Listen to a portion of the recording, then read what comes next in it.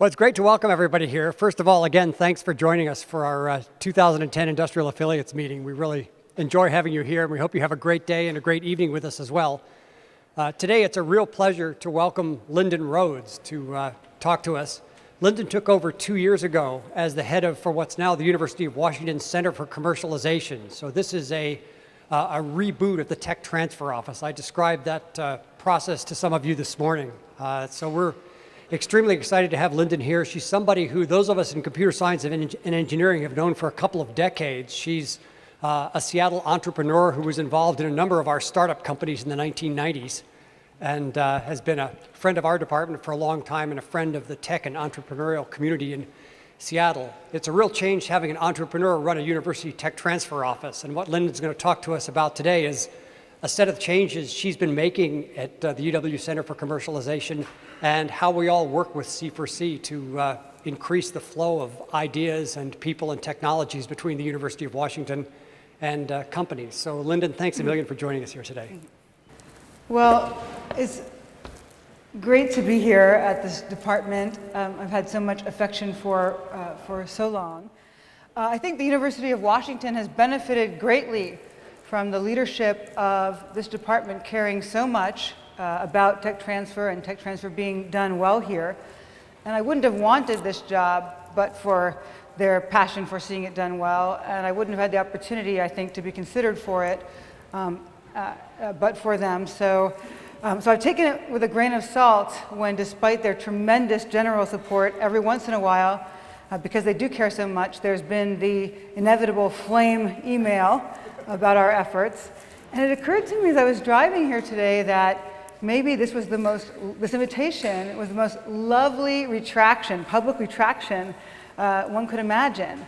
And then a few minutes later, as I was crossing the Montlake Bridge, it occurred to me that actually maybe this was the most clever of opportunities to self-substantiate any concerns and complaints. So with thoughts about that anxiety, and this is going to be a little bit of a long preamble, it then occurred to me to remember that in the first months that I was here, I was very, very comfortable and secure. And that surprised many in the innovation ecosystem, fellow entrepreneurs and venture capitalists who would ask me if I was nervous to be leading a unit with so many team members who were far more educated and erudite in this area than myself, and who in life science understood that there's a difference between small molecules and biologics. And I would tell them, no, I actually feel really good and really comfortable. And after a couple months, I realized that that was largely because after 2 decades of working for companies that in the most part I had helped found, this was the first time I was working for an entity where it wasn't within the very real possibility that we would go out of business, and very soon. And that was pretty thought-provoking. Because it meant that many of the strategies which I had really focused on implementing in startup companies weren't necessarily going to translate well to this environment. And so, for example, the idea that cash is king and that you have to manage by walking around and reminding everyone constantly that cash is more important than my mother. In my culture, that's surprising to say. That wasn't really the key focus. And so, the University of Washington isn't going to be out of business in a decade. And so the challenge and the responsibility of leadership here is a very different one.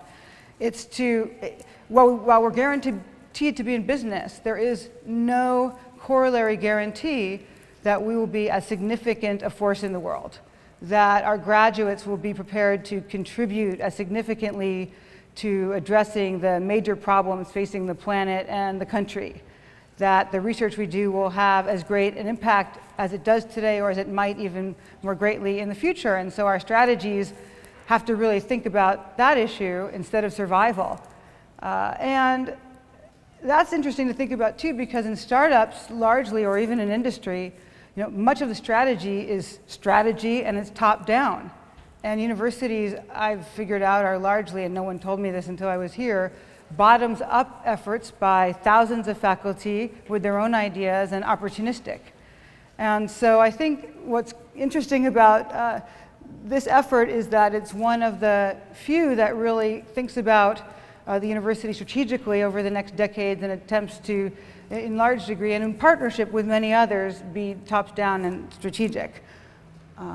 So before I talk about changing, I guess I just wanted to acknowledge that this department has a history of greatness already and is already great and should be incredibly proud of the role it's occupied in the region, generating so many tech startups and of course so many very talented people who work for so many even more established or larger companies. Just to quibble for a moment with the WTIA, I'd like to point out that had certain companies that were spin-outs of UW spin-outs, very closely affiliated technically, or not licensed formally, been included, I think we would have tied for Saturn right now in that celestial map. We would have tied with Microsoft as Jupiter. So I thought I should provide some context, which is that largely the way that universities are is a result of federal policy realities. I don't know if every faculty member, I mean, we're so good at winning federal grant support, maybe because we're the beneficiaries of this policy, we don't want to criticize it, but certainly the American people, the American citizens are the most dedicated and brave and committed and generous venture capitalists in the world because we've been investing billions of dollars of public funds in research. And over the decades, as we, to some degree, subsidize corporate R&D with these investments, some would argue and complain and be concerned that over time, more and more of this research that's being funded is less and less related to development within companies. There has been an increased call for impact lately. I don't know if you've noticed it, but particularly in life sciences, and I have a feeling that energy is next. There are many, many articles in magazines like Newsweek and newspapers like the New York Times asking with specific reference to the NIH, where are the cures? Why isn't all of this money resulting in more valuable therapies and diagnostics and cures and other solutions?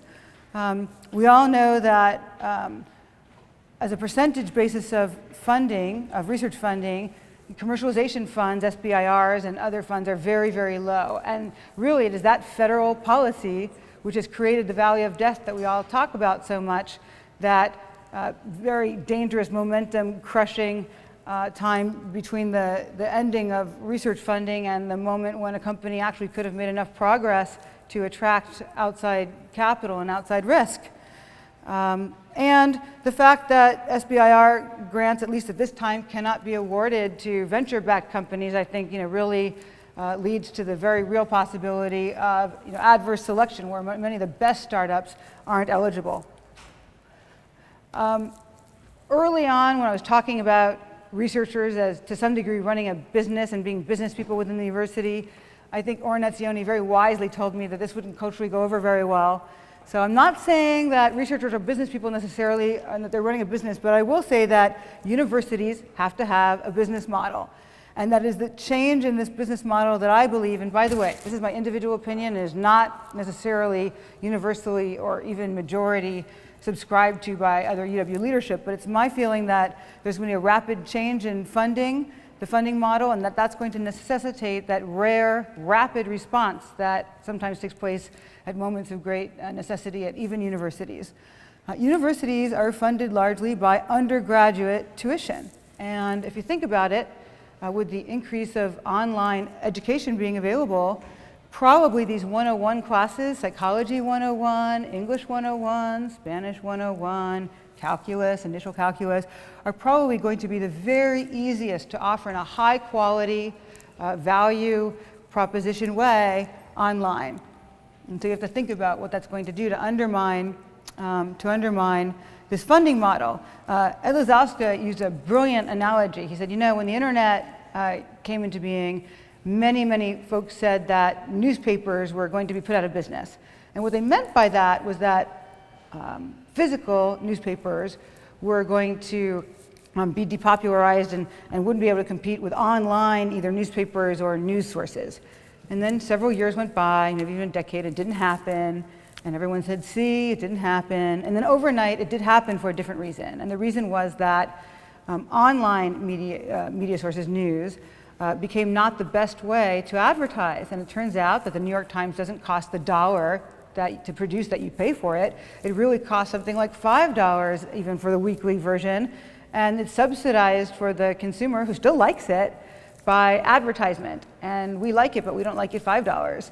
So basically today, these advertisers are instead investing in keyword search in engines and search engines, and there's just a tremendous dearth of revenue opportunity and funding for newspapers. And that's probably one of the reasons the Seattle PI isn't around today.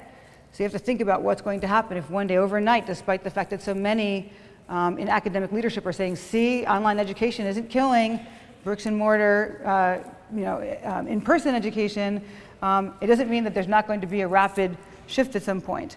Secondly, for all the $1 billion+ that we bring in at the university in research, at least using some metrics and some perspective, research is actually subsidized. So even when we charge an indirect that helps fund the payroll and the janitorial services and everything else, on some levels you could say, now people who dispute it would say, well, it's the way we fund in this country graduate students, et cetera. But certainly you could argue that research is subsidized. And so if undergraduate tuition goes away at a time when state support is on the wane, there's a real problem in the existing business model.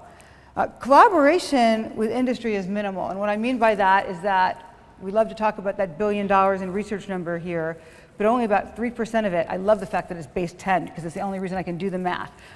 So only about 30 million of that is sponsored by industry research. And even at the universities, which are far more successful at attracting sponsorship from industry, and it isn't actually clear to me whether it's that they're more successful in attracting that industry support or they're less successful than our researchers are at winning federal support. But at any rate, the highest numbers you usually see would be 7 or 8%. So minimal compared to government support.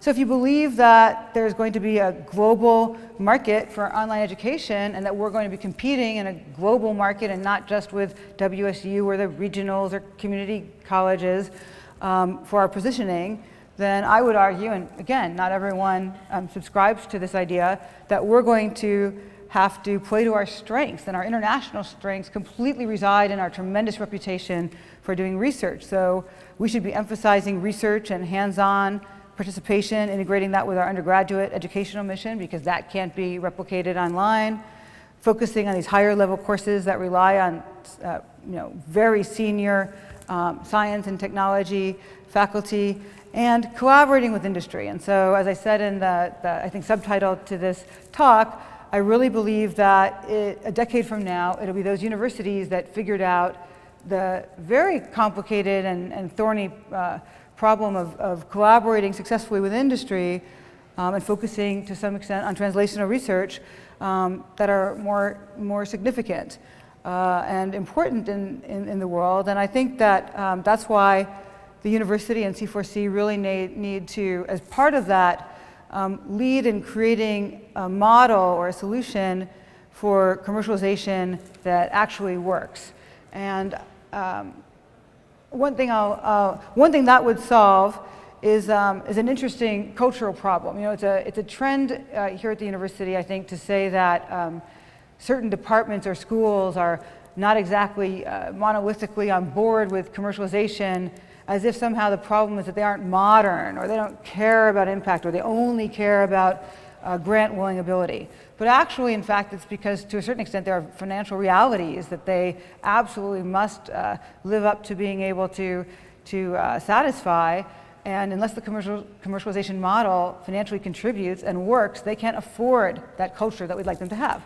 I think if we're going to be a significant university, thinking out a decade and acting now, if we're going to collaborate with industry, that really requires that we also are doing the research with the greatest impact on society and supporting it with unparalleled commercialization support such that we know that that research is going to have results. Collaborating with industry isn't very easy, and I think it really is a very different risk-reward profile than universities have traditionally been comfortable with. And I think even if you seek, for one thing, we're uncomfortable about reputationally being connected with a company that might have scandal or not do well. And even if you attempt to associate only with blue chip companies, I think WAMU is a great example of the fact. And I actually used to pulled out Berkeley's $500 million energy research partnership with BP as the gold standard that we were trying to achieve. And of course, if you think about it, even partnering with very large companies doesn't immunize you against the possibility that you're going to be affiliated with a company that has problems. And of course, we have very different motivations. Academia tends to want to do research that focuses on outcomes that would be significant many additional years out than the next generation of product. And of course, very significantly wants to share those research results and publish them and collaborate with other researchers at other institutions. I cannot tell you how many times as a founder and entrepreneur, it nearly killed me with anxiety when our engineers wanted to go to SIGGRAPH for any reason other than to poach researchers from California. When they wanted to submit papers or tell me it was a good thing that someone wanted them to give a paper, I almost had a heart attack. So that's pretty much the universal feeling. Faculty don't want to be contract engineers, or at least the best faculty who we're thinking about don't want to be contract engineers. They want their research to be driven by their imagination and to some degree, what they're aware the federal agencies are interested in funding. They don't really tend to think about the needs of customers, products, and competitiveness. And usually the tech transfer goal is to realize the very best licensing opportunity, the opportunity for the greatest revenue for the university, for the greatest success in the marketplace, and not necessarily reflexively granting an exclusive license to a research sponsor. And certainly we like to think about non-exclusive licensing programs, whereas companies that are going to sponsor research are often interested in the possibility of a commercial, non-exclusive, revenue-free, perpetual, sub-licensable license. In fact, if they could really achieve it, maybe just consulting agreements with the experts within the university versus formal sponsored research. We at the university tend to, along, interestingly enough, with pharmaceutical companies, lobby strongly for strong patent protection, and what I like to call the infringers lobby, software and semiconductors companies, which basically their market is created by market dominance and monopolies, and they're petrified of the idea that a small inventor could stand in the way of a product and their ability to do very well with it just by virtue of their position in the market, tend to be lobbying very strongly for patent reform in the wrong direction. So how are we going to partner with industry despite all of these obstacles? And I certainly don't have all the answers, so these are just I think, a few of the initial ideas that will get us on our way.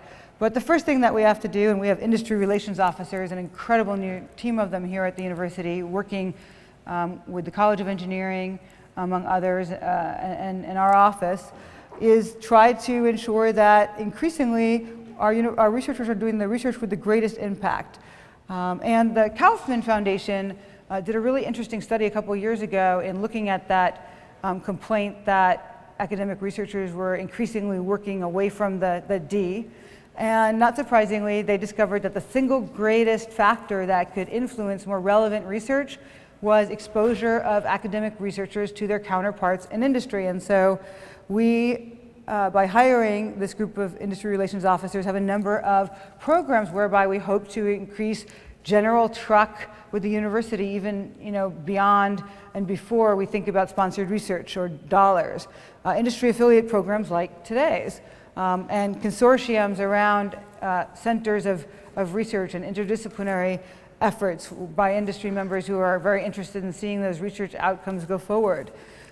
Industry visits, having regularly docketed and scheduled meetings with many of the large pharmaceutical companies and semiconductor companies and software companies, where we know in advance that they're coming to talk about graphics in May and want to send their very best researchers to talk about what they're working on and to hear the work of ours. And we've got people coming to talk about databases in August. We're a university that's known for novel ways to commercialize research, and one of those is subscription on a non-exclusive basis to data and outcomes and ideas as commercialization, and we need to think more about that. We've had need, frankly, largely because of the success of researchers in computer science and engineering in attracting very important offers from important companies to spend time with them, to become very creative and flexible and open to thinking about conflict of interest in IP terms when it comes to leaves of absence and sabbaticals. And I'll talk a little bit more about that maybe.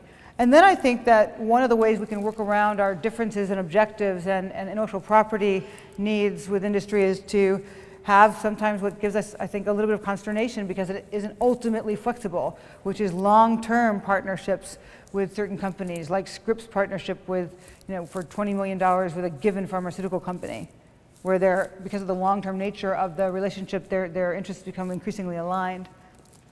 But first and foremost, we're going to have to continue to attract the top researchers. University is, in many ways, the collective reputation of its faculty, and top researchers and graduate school candidates in the highest demand areas, which are often these days code for commercially relevant, increasingly really care about commercialization. And one reason that we know that is that we're increasingly at C4C, I think Rick Lefebvre is going to get a major in this function, asked to go to dinners and lunches with those that we're really most hoping to land over Berkeley landing them, both graduate students and faculty candidates, to talk about what we do, to really show that we're actually going to be exceptional or are increasingly exceptional in this area, and in working with industry as well as thinking about licensing opportunities or startups. And in fact, many of these candidates want to know that the region, not only the university, but the whole region is a hotbed of entrepreneurial activity, and that we have a vital innovation ecosystem with a great funding base of venture capitalists and angel investors. And in addition to resources, in addition to specialists of the nature that I'm going to talk about, increasingly we've had to orient the university from a policy perspective around being favorable to researchers considering commercialization activities. And that's something very new, and that's a change that we've made very, very rapidly. I think there must be plenty of folks at the university who have the privilege of advocating for the value of basic research. And I'm the first one to acknowledge that if you don't understand the basic nature of electrons, you're never going to get to the transistor. But that being said, there are limited federal dollars, especially lately, and many, many very large and scary, thorny problems facing the country and the planet. And so it's my privilege and C4C's privilege to advocate for increasingly translational research.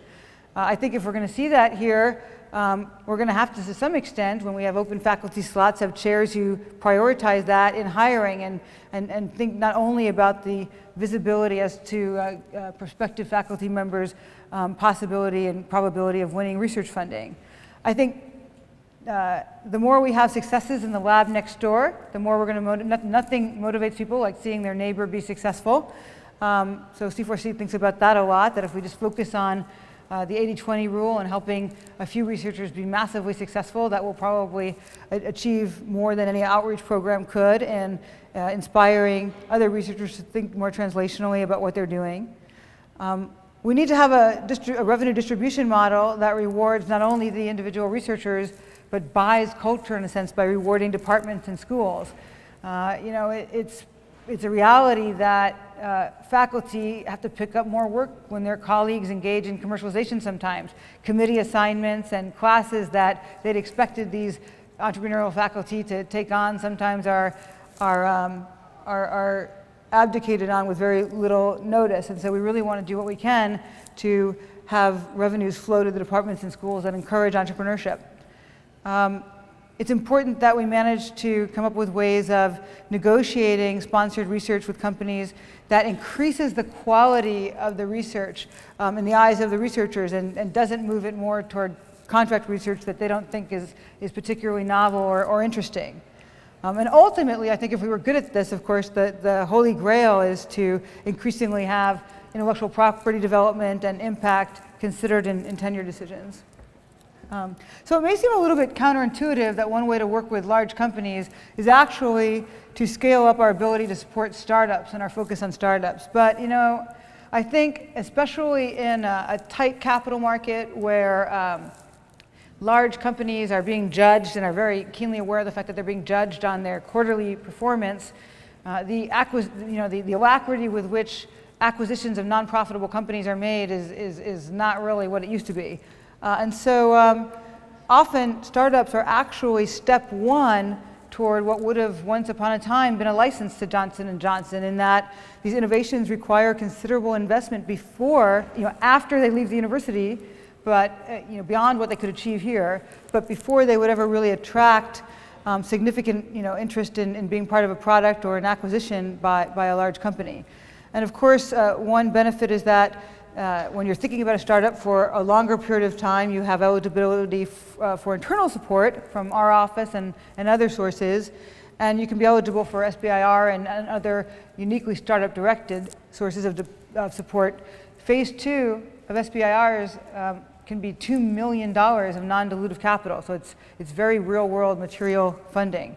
And actually, when you think about what I talked about in terms of divergent motivations, I think we haven't sufficiently explored whether another solution might be mutually agreeable models where we are founding companies in partnership with large companies, and we have a mutual interest by being both of us equity holders in these startups. Other affiliated sort of phenomenon to increasing our focus on startups, especially those startups that are a step one toward basically the innovation being acquired by a large company. We're going to be partners increasingly, doing research collaborations with industry, with the innovation ecosystem, helping to, as we already have, and I'll talk a little bit about this, found new venture funds and angel groups, and helping to recruit outside financing to the region.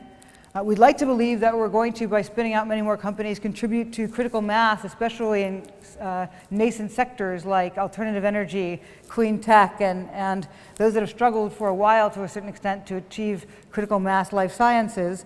If you think about it, we're just not robust against acquisition in certain sectors, and if we had many more companies coming out of the university, we wouldn't be as hard hit when one large company that's been successful is acquired and moved out of the region. I think about Zymo Genetics and the fact that one of the articles reporting its acquisition was attempting to comfort us when the acquirer told us not to worry because they plan to keep the company here at least until 2012. And we're really trying to model ourselves out of the Utah model. Just 5 or 6 years ago, the University of Utah in Salt Lake City was, frankly, pretty mediocre statistically in generating startup companies per research dollar. And as of a couple years ago, they were tied with MIT, and last year supplanted MIT and surpassed them in terms of generating startups per research dollar. They are generating per research dollar probably 10 times as many companies as we are. So basically about 20 companies to our 10 on a research base of about 1/4 to 1/3 the federally funded dollars. And if you think about, I would say, the prestige and significance of some of the research, ours is frankly probably more significant by far. They also brought in a change agent. They changed many of the programs, much as we have, and increased the internal resources. And the one difference is that they have a much greater access internally to influencing outside funding. So they either have direct or very strongly affiliated control over a number of venture funds, and are able to cobble together as much as $1 million to what was traditionally our $50K behind the companies or spin-out prospects that they really believe in. So what is our plan for helping to achieve this successful commercialization model that works and helps us to be one of those universities that's more significant a decade from now? We're going to deepen our connections with our community. We've been known sometimes in the past for going it alone. And we're going to enhance our support at every stage of commercialization. So that's not only exceptional support for startups, which is unusual for tech transfer offices, but also very, very early support. The reason that universities tend to shy away or be loath to focus on startups is that it's much more resource intensive, it's higher risk, and it's very expensive. If you think about a license to Johnson & Johnson, if you can achieve it, and these days that's a big if, as I mentioned, you're probably going to see some payment up front. And at least you're going to recover the $100,000 that your office may have spent patenting the licensable technology. Whereas startup companies not only need you to assist them with commercialization grants and team formation and experts and all kinds of other resources, but they're going to want you, when they raise venture capital, to give them a payment plan that starts any kind of payment several years out so that you're giving them the best opportunity to attract outside capital, and you're going to receive equity in the company probably versus immediate licensing revenue. So it's a real risk that the university has taken on and being willing to put the resources behind startups. And one of the reasons we've done it is that we think that our commercially oriented researchers frankly care a whole lot more about startup opportunities than they ever did before, and not merely about licensing to existing companies. One of the things that we've been able to do is put some real sector and domain expertise in place by hiring a large number of specialists. It's something you can only do when you have an office that, like ours, is operating at great scale. So our office is about 50 to 60 people. Tech transfer offices tend to be sized pretty much commensurately with the size of the research enterprise. And as many of you know, the University of Washington basically does as much or more federally funded research as any other university in the country. And so because of that, we have this tremendous commercialization team, and because we're operating at scale, we can have specialists. If you have 7 people in your tech transfer office, chances are you can't have patent agents or someone dedicated to writing SBIR grants internally. Or a director of intellectual property management who was the branch chief of tech transfer for one of the 3 NIH tech transfer offices, or venture capitalists or serial CEOs of medical biotech startups helping with your startup companies. And so we've been able to really follow a specialization strategy increasingly of late. And that's let us engage with our researchers from a much, much earlier stage, in fact, years before they may have anything to disclose, by bringing in a number of patent agents and moving all of the patent prosecution responsibility to them, in sort of contrast to the traditional tech transfer model of cradle-to-grave management by a technology manager. If you think about it, I think we'd all agree that a patent agent tends to have a lot more experience in everything from patent strategy to claim construction to what's appropriate billing by outside patent counsel. And by moving all of the patent prosecution away from our technology managers, one of the things we were able to do is take advantage, frankly, of our incredible technology manager specialization, because we have 15 technology managers with, in many cases, a doctorate or other advanced degree alongside a JD or MBA in a high-demand STEM area. And they're now able to devote all of their time to what they do best, which is spending a lot of time with our researchers talking about both their present-day research, but also their thoughts about prospective areas of research that they might be investigating in the future, and variations on the theme in that area, as well as, in some cases, with our more prolific researchers, entirely different areas. And we have a variety of services we can offer, again, years before there's anything necessarily to disclose. So we have technology managers who are basically the conduit, the relationship manager, to many of these specialists that I'll be talking about. And if you haven't met with a technology manager, I urge you to do it, and do it soon, because we don't really believe that there's a time that is too early to work with us. And by the way, some of them are very photogenic.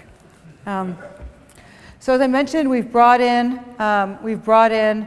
a team of industry relations officers who have just incredible experience, a couple of them 22 years in product development or commercialization leadership at HP, and in one case Weyerhaeuser. And for the most part, they're trying to do less ad hoc and more scalable programmatic efforts of the nature that I outlined earlier when I was talking about how we can work with industry on the left, affiliate programs, scheduled regular visits from industry, and long-term sponsored research relationship formation.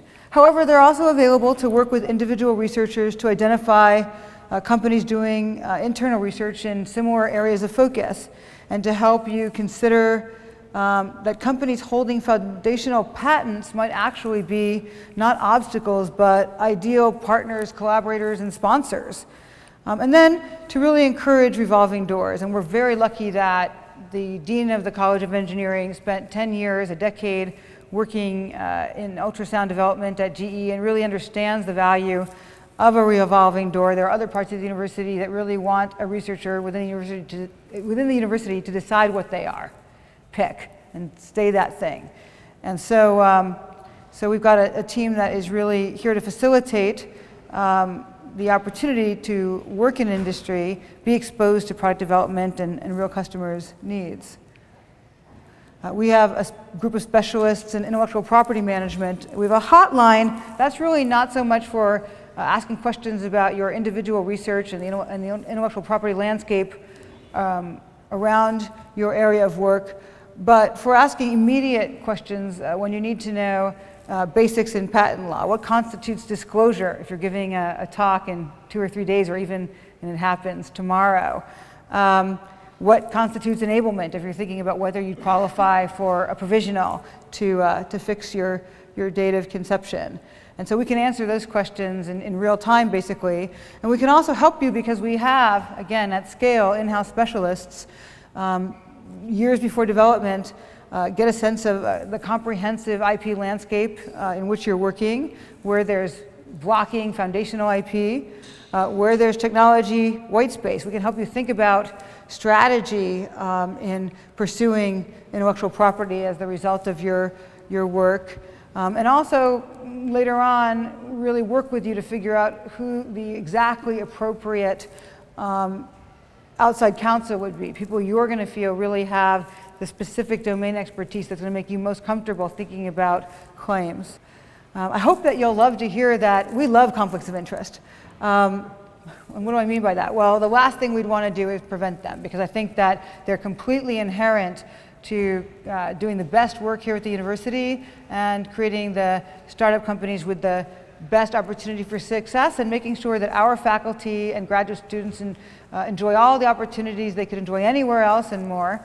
And so what's key is really that we identify and manage and disclose these conflicts very early. So by way of example, if we have a senior and less senior faculty member starting a company together, where the senior faculty person who might have some input as to the newer faculty members' opportunities to achieve tenure has a financial interest in that faculty member not working toward tenure as much, but working their tail off to make the company in which they both have significant equity successful.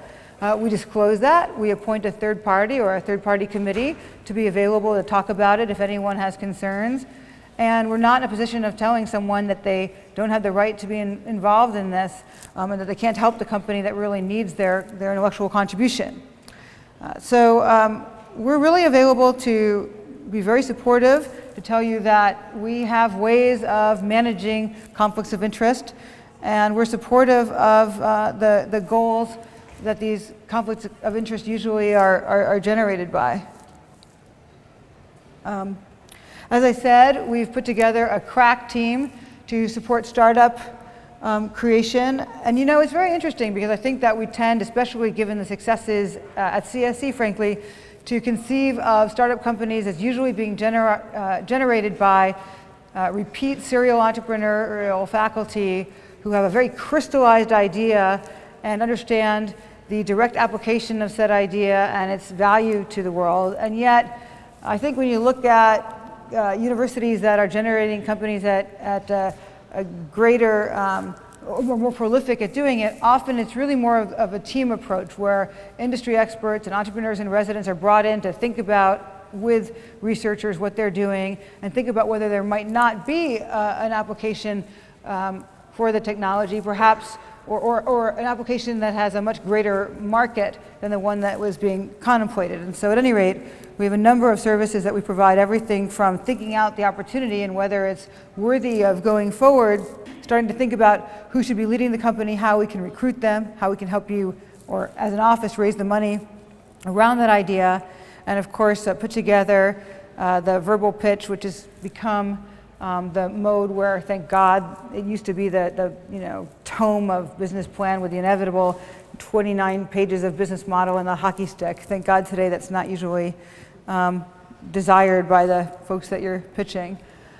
And we have two incredible directors with sector expertise. It used to be the case that we expected the same leadership to be able to help out life scientists as well as IT entrepreneurs. And the fact of the matter is that their needs are very, very different. I like to say that thank goodness in my case, two 23-year-olds can start an IT company and sometimes if they're really, really lucky, exit when they're 24. And that is not the case for the most part in biotech, where you need a lot more expertise in areas of regulation and reimbursement and clinical trial, et cetera. And so anyway, we're incredibly lucky to have Tom Clement, who in addition to being a serial CEO, is also the chairman of the Washington Biotech and Biomedical Association. So if you think about it, by definition, he's one of the very most networked people with the life science community here, and he brings all of those connections to our researchers. And on the other hand, usually in IT, there's a very different pressure to run to the marketplace, given that there's less capital needed, also, often, especially in software, to have first mover advantage, and you need someone who's thought a lot about those realities. We have an incredible team of entrepreneurs in residence. This is a new program that we started over a year ago with the first commercialization support we've ever received from the state.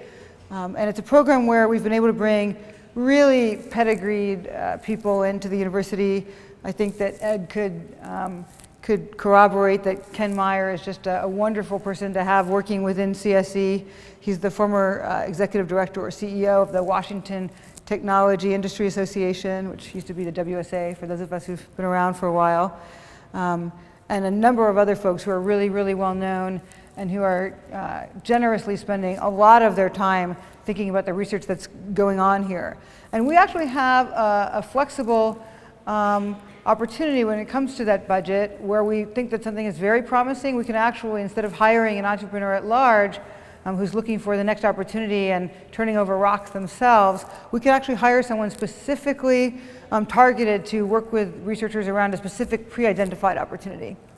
So here's where I have to tell you that I'm guilty of, I guess because I've been in management now for a while, what would Marx have said? A disassociation from the means of production, because this morning in editing and refining this PowerPoint, I could not figure out for the life of me why this is the backdrop for this slide. And I decided that I would go within PowerPoint and find a way to remove it, and about 20 minutes later, I gave up, unable to figure out where that feature resides these days. So at least that paradigm is no longer clear to me. But at any rate, somehow a flock of geese are related to our commitment to find a winning team led by folks who are going to be highly venture financeable. And this is where we plan to increasingly do something that I think is just critical to the success we want to have in generating startup companies. We're going to be working very, very early and partnering very, very early with the venture capital firms that specialize, and it is a specialty, in working with technologies and technologists within research institutes. Anyone who thinks that even in more flush times that there was an auction environment for university technologies is really got it wrong.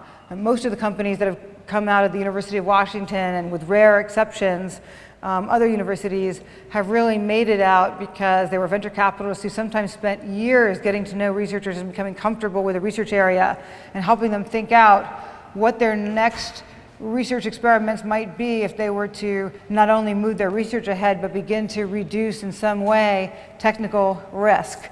And so, so one of the things that we're really dedicated to doing is working with them to make sure that the people that we associate on the business side really have the pedigree and the qualifications that our researchers do, that they are their equals on the business side, and that they are the kind of leaders that venture capital investors have faith in and want to back. And actually, I wanted to say one more thing. I might be getting to it later on, but one of the real startup killers is lack of momentum. And so one of the new programs that we have is a program that funds commercialization postdoctoral fellows, which means that if you have a graduate student in your lab who is the best positioned and most obvious person to help spin out a company, but has just earned their degree, that we can help fund them to stay for up to another year now that they're free of their publishing and degree earning duties, so they can exclusively work with us on getting that technology into the real world. And I think that that's a big part of what a winning team might include. So, our big premise is that venture capitalists, even in this tight capital environment where they're preserving, understandably, a lot of their capital for their portfolio companies, and where they can be choosy and select companies that are farther along in their development and even perhaps have revenue or where profitability is within sight. We think that they are still in the risk business and that there are plenty of very compelling reasons, barriers to entry, real intellectual property barriers to entry being one of them. I know in the case of one of the companies that I was raising money around in the past, I could very truthfully say that in addition to patents, there were really only 4 people in the entire world who could help do this kind of technology, and we had 3 of them. So that's the kind of thing that you can say about University of Washington derived companies that you can't always say about another social networking company coming out of another garage. So we believe that there are plenty of compelling reasons still for venture capitalists to invest in university spinouts, and yet they're more likely to want to invest in companies that are more mature than what we're achieving today with internal funding. And so, there are a number of reasons. Obviously, they'd love to see proof of concept, more technology risk reduction.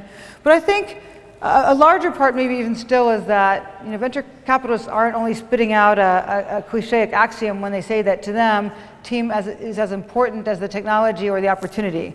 And it's really, I think, very difficult to invest in a company that hasn't had the funds to even hire those first 3 or 4 people so that you can get a sense of who these people are, what their qualifications are, how well they interact together, whether they're capable with very limited resources and focusing on achieving just a very few outcome determinative things, and frankly, what kind of rapport they're going to have with the investors themselves.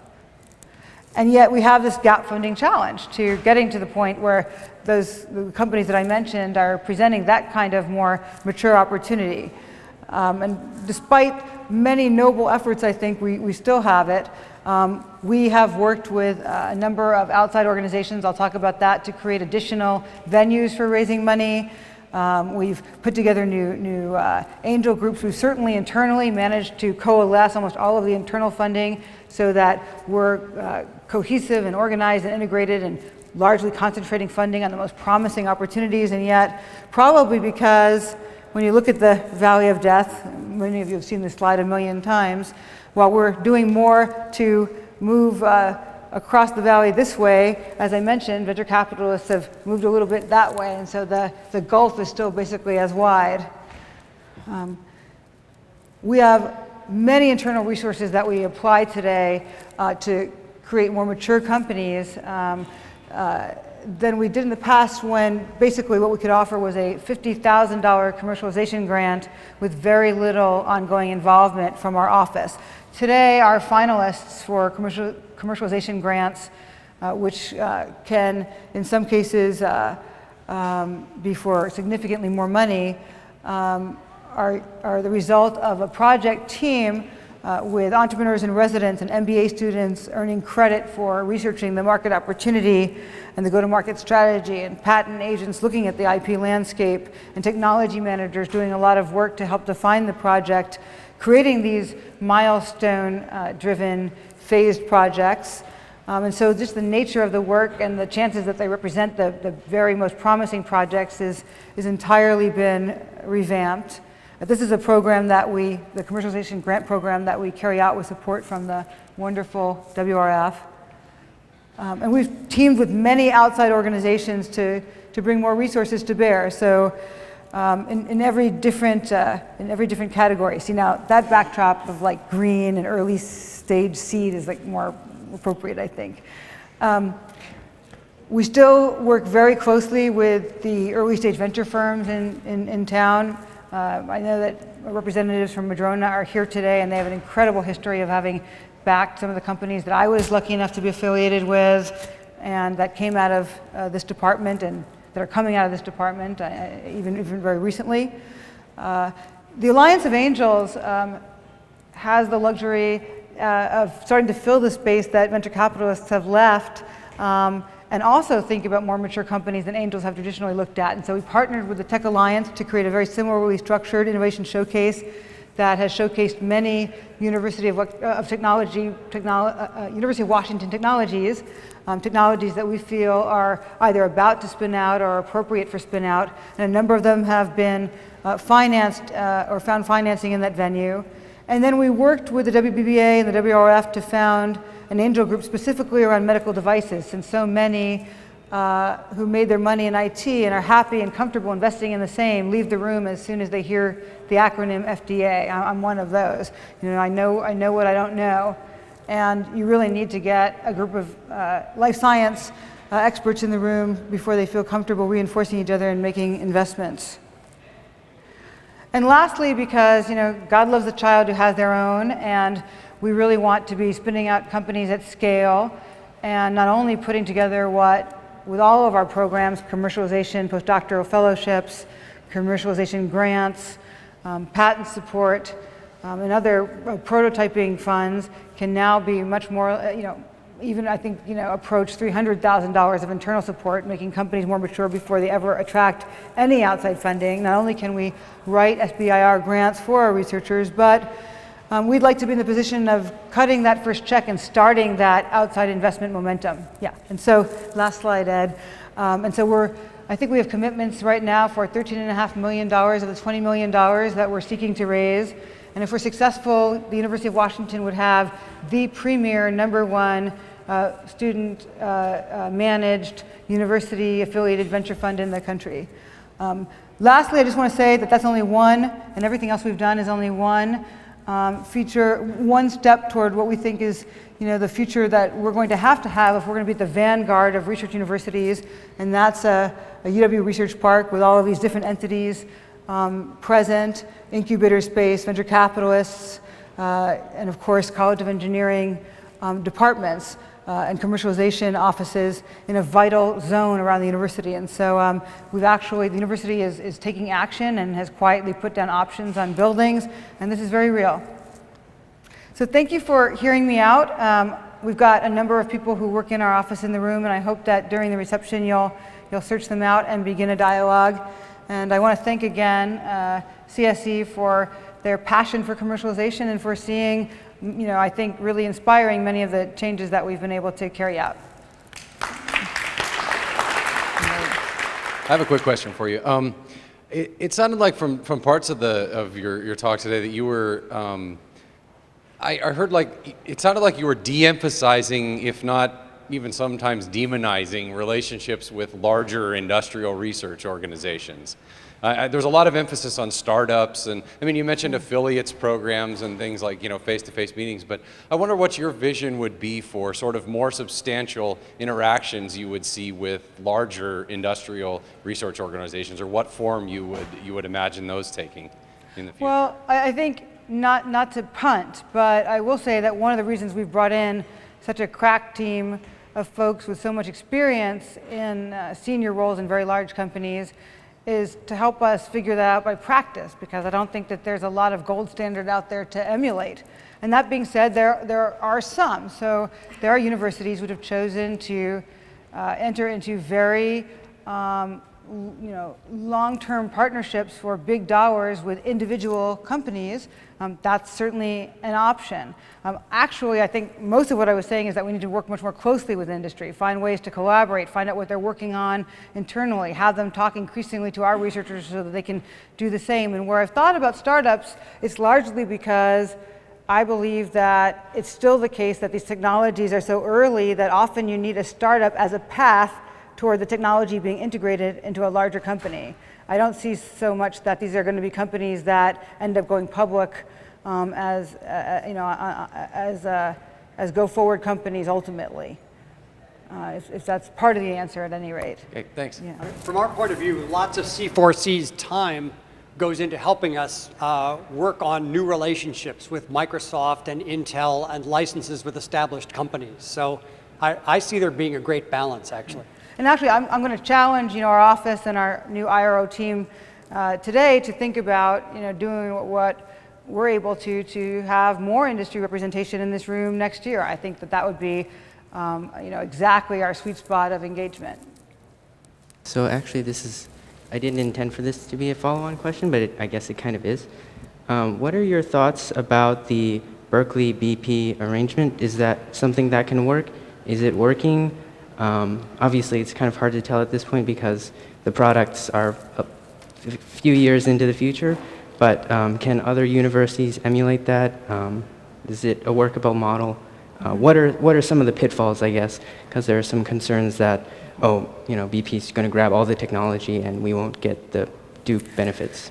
Sorry, I say we because I was... So some but not all of the details in terms of that agreement are known. It's a massive agreement, as you can imagine, with all kinds of intellectual property terms in it.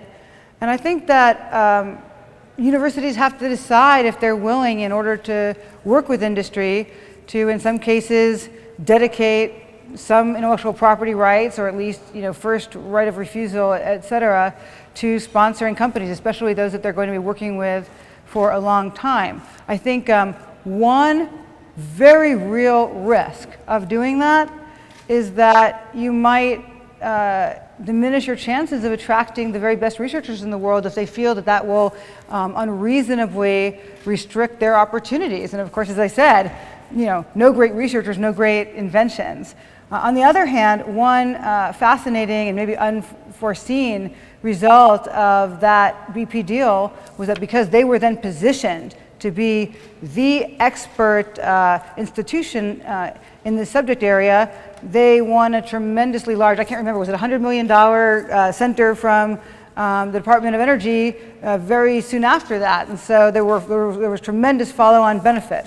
So I definitely think we're going to be exploring partnerships of that nature, and this is the thing universities have to get their arms around, right? That to work with BP maybe not to work with Chevron.